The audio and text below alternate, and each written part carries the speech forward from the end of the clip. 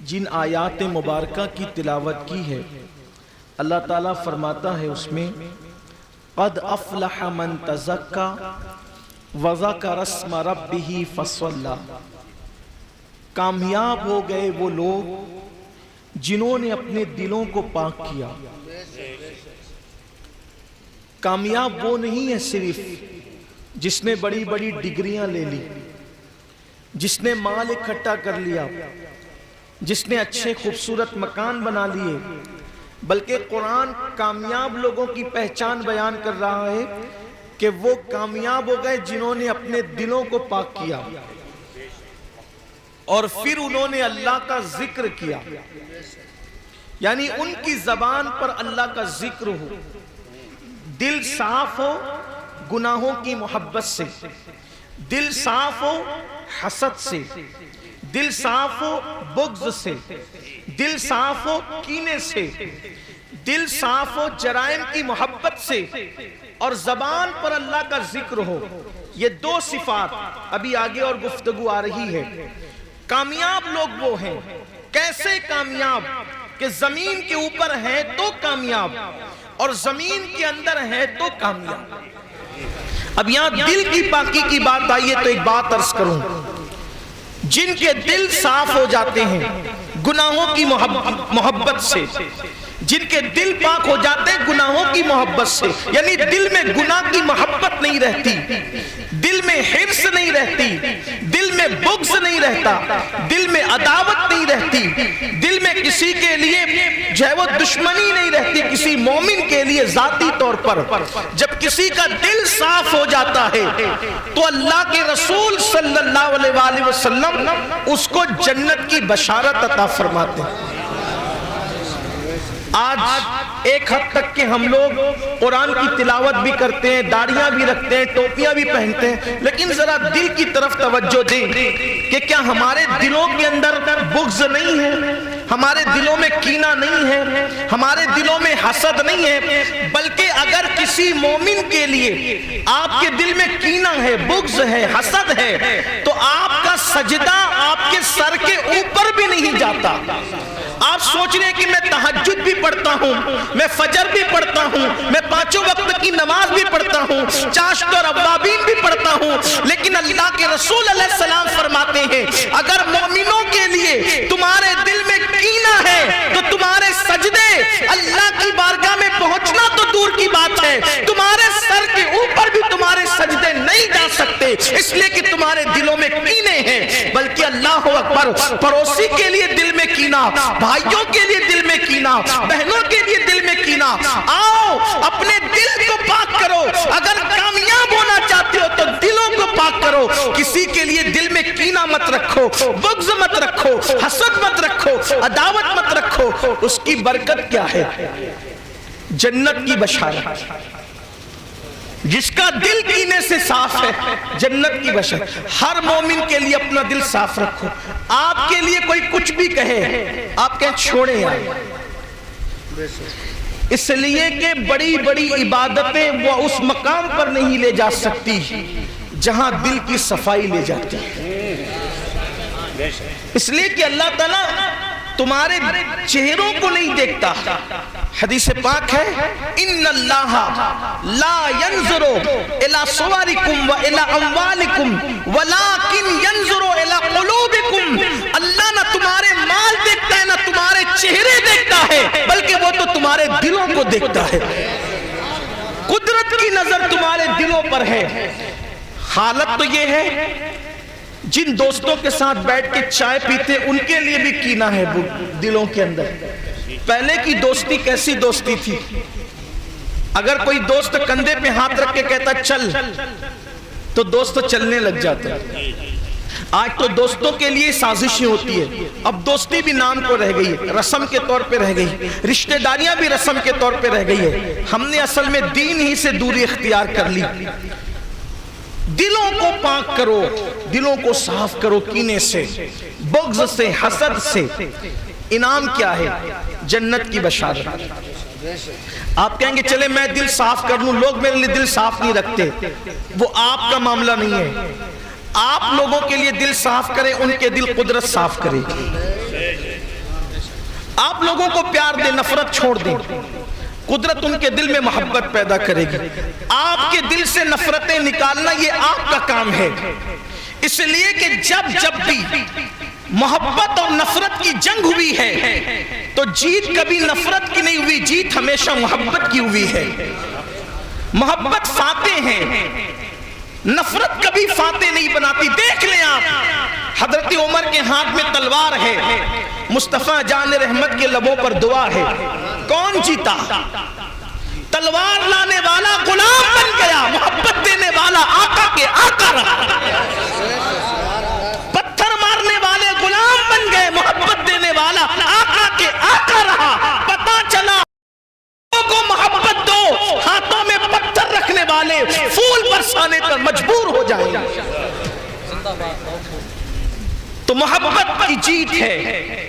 حدیث پاک کا مفہوم ہے، اللہ کے رسول علیہ السلام کی محفل سجی ہوئی ہے، دل صاف رکھنے کی برکت، رسول پاک کی محفل سجی ہوئی ہے۔ میرے کریم آقا غیب دا نبی صلی اللہ علیہ وآلہ وسلم اپنے صحابہ سے کہتے ہیں، یہ حدیث پاک کا میں مفہوم پیش کر رہا ہوں، اپنے صحابہ سے کہتے ہیں کیا تم کسی جنتی کو دیکھنا چاہتے ہو؟ کیا تم کسی جنتی کی زیارت کرنا چاہتے ہو؟ کسی جنتی کو دیکھنا ہے؟ صحابہ کرام نے عرض کیا کیوں نہیں یا رسول اللہ، بالکل دیکھنا چاہتے ہیں۔ اچھا وہ صحابی تھے، 1857 کے بعد والوں کی طرح ان کا عقیدہ نہیں تھا، منکروں کی طرح ان کا، وہ سچے تھے، صحابہ تھے۔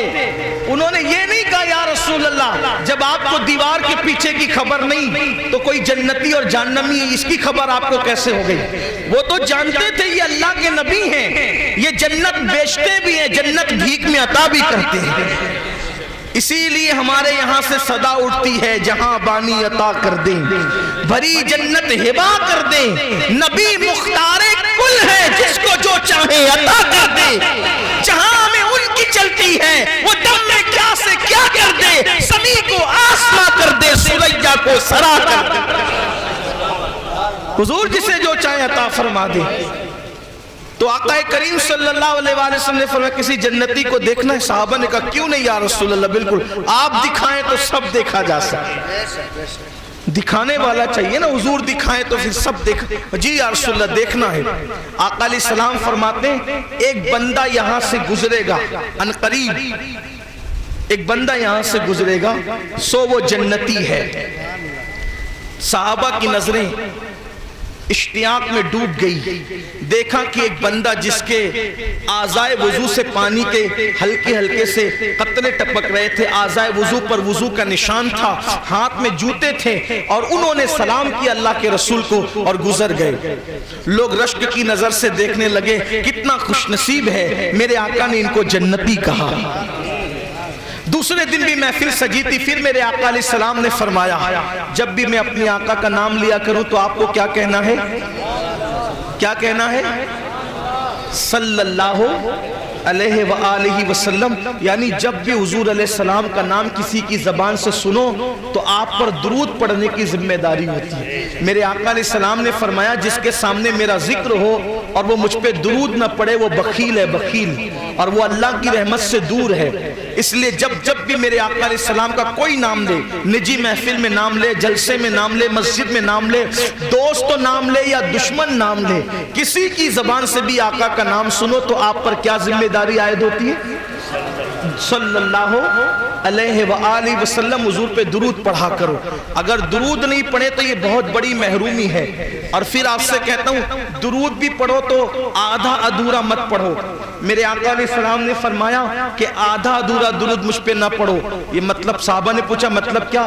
آقا نے فرمایا صرف مجھ پہ درود نہ بھیجا کرو بلکہ میرے ساتھ میری آل پر بھی درود بھیجا کرو۔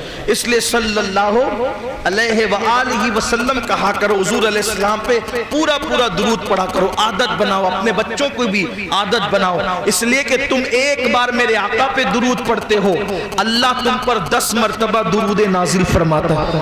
درود پڑھنے والا اللہ کے نزدیک اتنا عزت والا ہو جاتا ہے۔ بخاری شریف کی حدیث ہے، میرے آقا فرماتے ہیں من صلی علیہ واحدہ صلی اللہ علیہ عشرہ، جو مجھ پر ایک بار درود پڑھے اللہ اس پر 10 مرتبہ درود نازل فرماتا ہے۔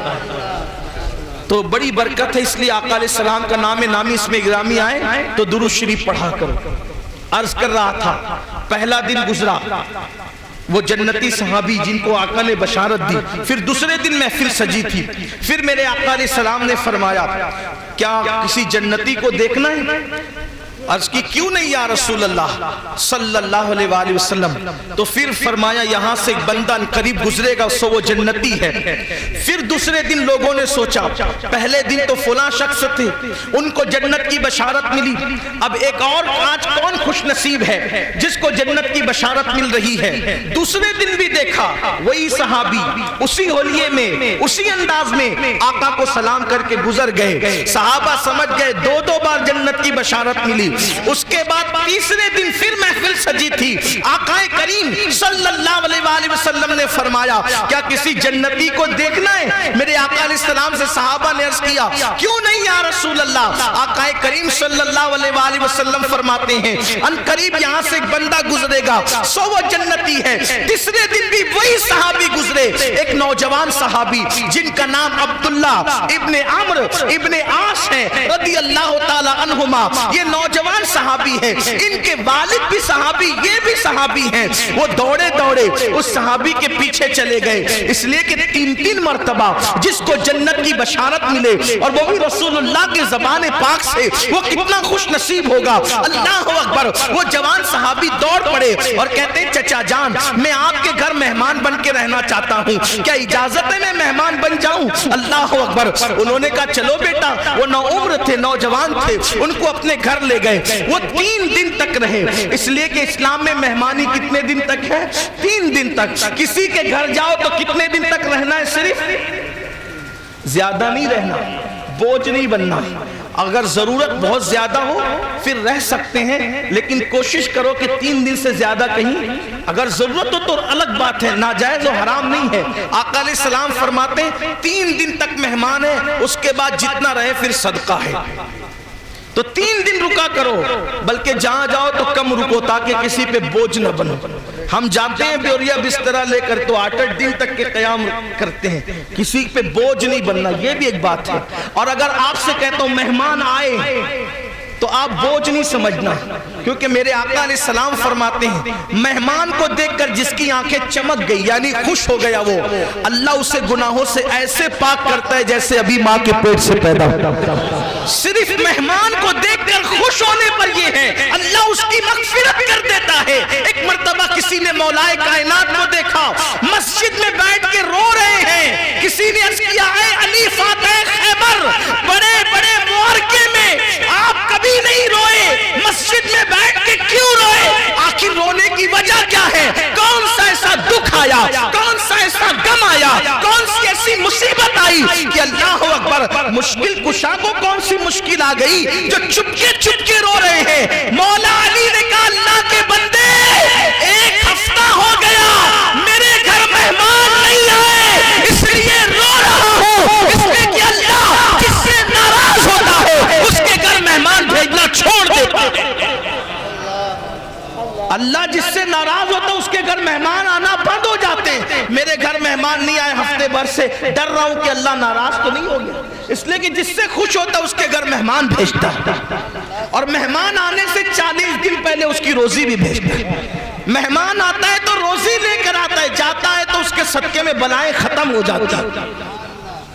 3 دن تک حضور علیہ السلام نے جس کو جنت کی بشارت دی، عبداللہ ابن عمرو ابن عاص اس کے پیچھے دوڑ پڑے، کہا چچا مجھے آج مہمان بننا ہے آپ کا۔ 3 دن تک مہمان رہے، 3 دن 3 رات، غور سے دیکھتے رہے، بازار گئے تو ان کے ساتھ، جہاں گئے ان کے پیچھے پیچھے، ان کے گھر گئے، رات بھر دیکھا کہ وہ تو سو رہے مزے سے۔